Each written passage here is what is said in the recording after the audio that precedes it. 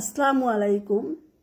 আমি নাহিদ সুলতানা, সহযোগী অধ্যাপক, ইসলামের ইতিহাস ও সংস্কৃতি বিভাগ, ঢাকা কলেজ, ঢাকা। আজ 10-11-2021 একাদশ শ্রেণীর সাথে ক্লাস নেবার জন্য অনলাইনে সংযুক্ত হয়েছি। সুপ্রিয় ছাত্ররা, ইতিপূর্বে তোমরা অনলাইনে অনেকগুলো ক্লাস অংশগ্রহণ করেছ। যদিও করোনাকালীন সময় আমরা তোমাদের সাথে ক্লাসে পাঠদান করতে পারছি না বিধায় অনলাইনে সংযুক্ত হয়েছি। আমাদের ইসলামী ইতিহাস ও সংস্কৃতি বিষয়ের প্রথম পত্রে সিলেবাসে আমাদের বিষয়ের নাম ইসলামের ইতিহাস বা মুসলমানদের ইতিহাস, সময় 570 থেকে 1258। সুপ্রিয় ছাত্ররা, তোমরা ইতিপূর্বে 570 থেকে মহানবী সাল্লাল্লাহু আলাইহি ওয়াসাল্লামের আবির্ভাবের পর থেকে মহানবী সাল্লাল্লাহু আলাইহি ওয়াসাল্লামের জীবনের নবুয়ত পূর্ববর্তী জীবন, নবুয়ত পরবর্তী জীবন বা মক্কা জীবন, মক্কা পরবর্তী জীবন, মহানবী সাল্লাল্লাহু আলাইহি ওয়াসাল্লামের বিভিন্ন ঘটনাবলী উপরে অংশগ্রহণ করেছ বা পাঠদান করেছ। আশা করি তোমরা আমাদের এই পাঠদানগুলো অনুশীলন করছো। আমাদের আজকে আলোচনার বিষয় খোলাফায়ে রাশিদিনের খলিফা হযরত আবু বকর রাদিয়াল্লাহু আনহুর সময় সংঘটিত রিদ্দার যুদ্ধ। ইতিপূর্বে হযরত আবু বকর রাদিয়াল্লাহু আনহুর সময়কালের বিভিন্ন ঘটনাবলী, তার খলিফা নির্বাচন, তার ব্যক্তিগত জীবন, তার সময়কাল, তার বৈবাহিক জীবন, তার গণতান্ত্রিক পদ্ধতিতে খলিফা নির্বাচন, তার সময়কালের বিভিন্ন সংকট আলোচনা বা আলোচিত হয়েছে। আমরা দুইটি টার্মের সাথে ইতিপূর্বে সংযুক্ত হয়েছি, যে টার্ম দুটোর সাথে আবার একটু আলোচনা করছি যে খোলাফায়ে রাশিদিন কেন হযরত আবু বকর রাদিয়াল্লাহু আনহুকে খোলাফায়ে রাশিদিনের খলিফা বলা হলো। মহানবী সাল্লাল্লাহু আলাইহি ওয়াসাল্লামের মৃত্যুর পরে গণতান্ত্রিক পদ্ধতিতে খোলাফায়ে রাশিদিনের খলিফা হযরত আবু বকর রাদিয়াল্লাহু আনহু বয়োজ্যেষ্ঠ, বিচক্ষণ এবং মহানবী সাল্লাল্লাহু আলাইহি ওয়াসাল্লামের জীবদ্দশায় ইমামতিতে অংশগ্রহণ করেছেন, সর্বপ্রথম ইসলাম গ্রহণ করেছেন। সব বিবেচনা দিয়ে গণতান্ত্রিক পদ্ধতিতে মহানবী হযরত মুহাম্মদ সাল্লাল্লাহু আলাইহি ওয়াসাল্লামের ইঙ্গিতে বা বলা যায় যে জীবদ্দশায় সে মনে মনে চেয়েছিল যে তার মৃত্যুর পরে পরবর্তী খলিফা হযরত আবু বকরই নির্বাচিত হবে। সেইভাবে গণতান্ত্রিক পদ্ধতিতে হযরত আবু বকর রাদিয়াল্লাহু আনহু খোলাফায়ে রাশিদিনের খলিফা নির্বাচিত হন এবং 4 খলিফার প্রথম খলিফা হিসেবে নির্বাচিত হন। তার সময়কাল ছিল 632 থেকে 634। এই ক্ষুদ্র সময়ের মধ্যে তাকে ইসলামকে সুপ্রতিষ্ঠিত করার জন্য অনেক পদক্ষেপ নিতে হয়েছে। তার সময়কালটা তার জন্য খুব একটা তার পক্ষে ছিল না। মহানবী সাল্লাল্লাহু আলাইহি ওয়াসাল্লামের সময় যারা ইসলাম গ্রহণ করেছিল, পরবর্তী সময়ে মহানবী সাল্লাল্লাহু আলাইহি ওয়াসাল্লামের ওফাতের পরে তারা ইসলাম থেকে সরে আসা শুরু করল, যার জন্য সেই সময় মহানবী সাল্লাল্লাহু আলাইহি ওয়াসাল্লামের পরে মৃত্যুর পরে হযরত আবু বকর রাদিয়াল্লাহু আনহুর সময় রিদ্দার যুদ্ধ সংঘটিত হয়েছে।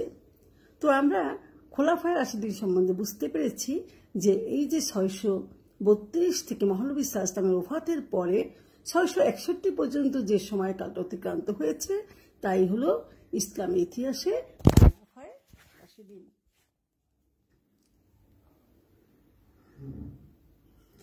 আমরা খোলাফায়ে রাশিদিনের এখন রিদ্দার যুদ্ধ নিয়ে আলোচনা করছি। আরবি রাদ্দা শব্দ হতে রিদ্দা শব্দের উৎপত্তি।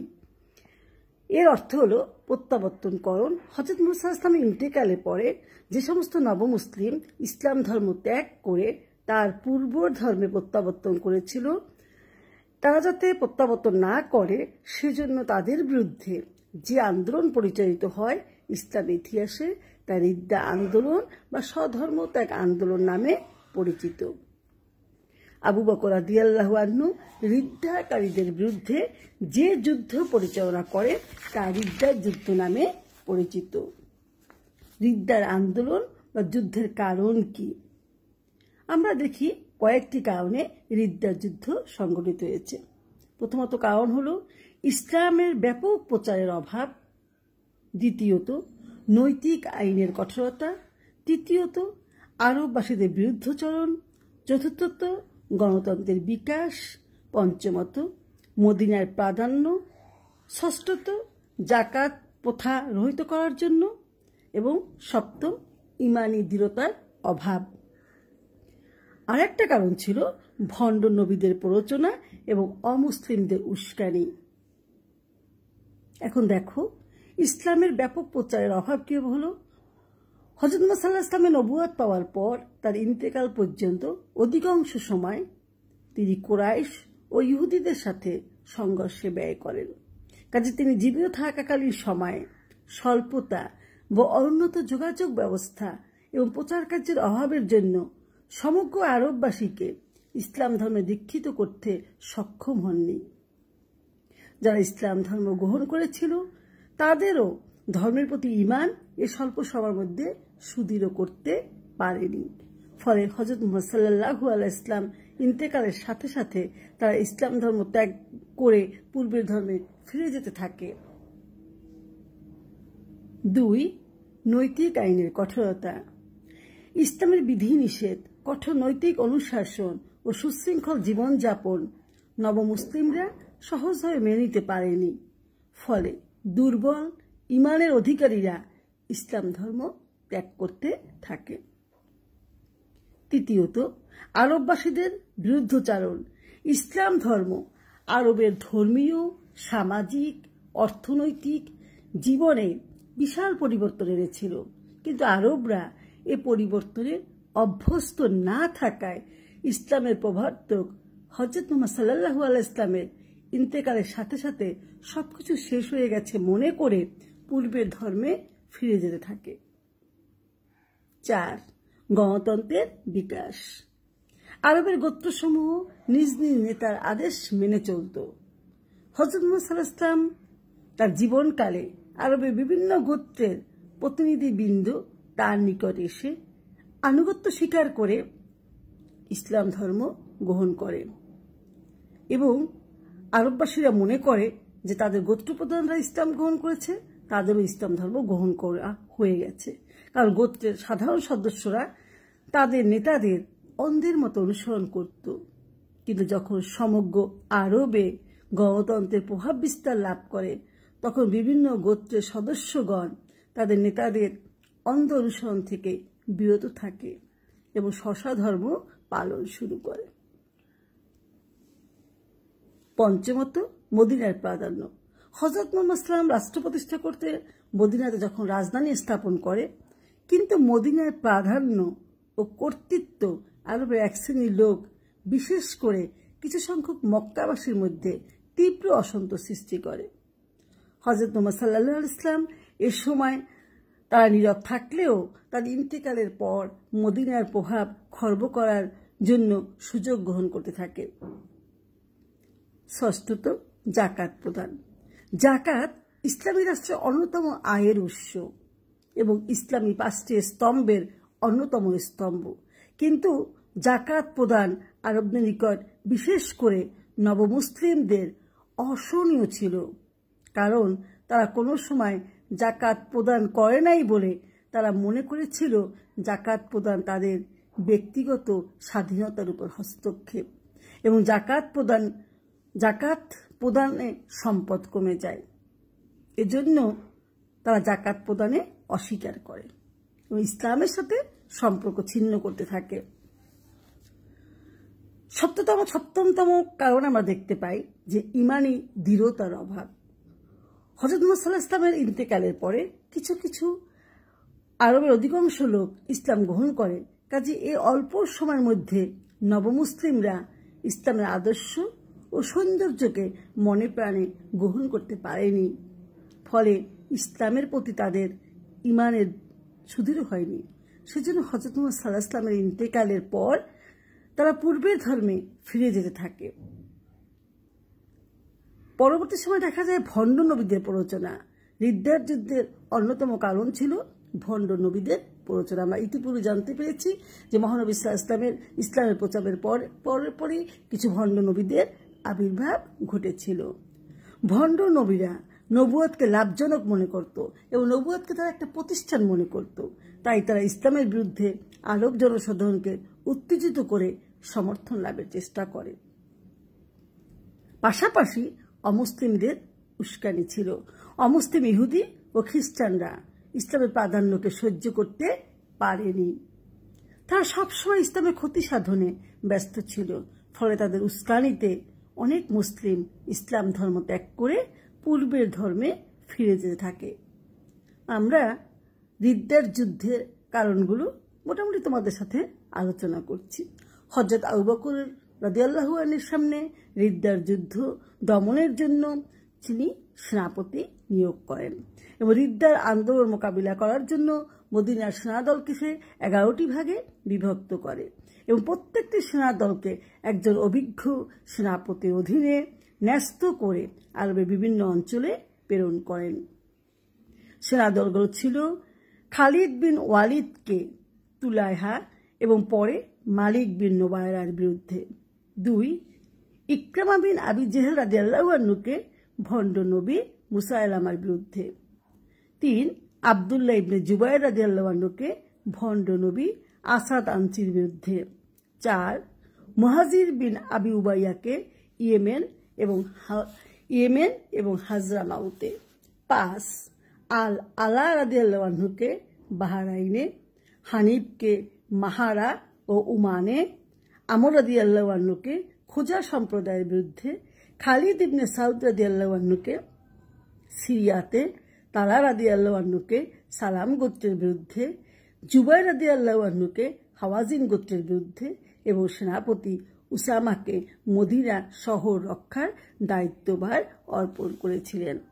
হযরত আবু বকর রাদিয়াল্লাহু আনহুর সামনে রিদ্দার যুদ্ধ বা রিদ্দার আন্দোলন দমন একটি বিরাট চ্যালেঞ্জ হিসেবে এসেছিল। যদিও আবু বকর রাদিয়াল্লাহু আনহুর সময়কাল ছিল খুবই স্বল্প। রিদ্দার যুদ্ধের গুরুত্ব ও ফলাফল তোমাদের সাথে আলোচনা করছি। রিদ্দার যুদ্ধের ফলে ইসলামের শক্তি বৃদ্ধি পায়।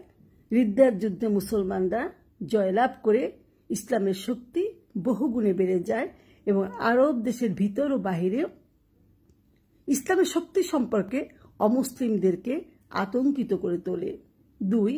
ধর্মীয় ঐক্য ও মুসলিম রাষ্ট্রের অখণ্ডতা রক্ষা। হযরত মুহাম্মদ সাল্লাল্লাহু আলাইহি ওয়াসাল্লামের ইন্তেকালের পরে ইসলামী রাষ্ট্র যে বিপদের সম্মুখীন হয়, রিদ্দার যুদ্ধ সে বিপদের অবসান হয়। বিদ্রোহীদের পরাজিত করার মাধ্যমে নবপ্রতিষ্ঠিত ইসলামের ঐক্য বৃদ্ধি পায়, শিশু মুসলিম রাষ্ট্রের অখণ্ডতা বজায় থাকে এবং সমগ্র আরবে ইসলামের কর্তৃত্ব প্রতিষ্ঠিত হয়। 3. পৌত্তলিকতার অবসান হয়। রিদ্দার যুদ্ধে মুসলমানদের জয়লাভের ফলে আরব হতে চিরদিনের জন্য পৌত্তলিকতার অবসান হয় এবং সমগ্র আরব উপদ্বীপে আল্লাহর একত্ববাদ এবং মুসলমানদের কর্তৃত্ব প্রতিষ্ঠিত হয়। 4.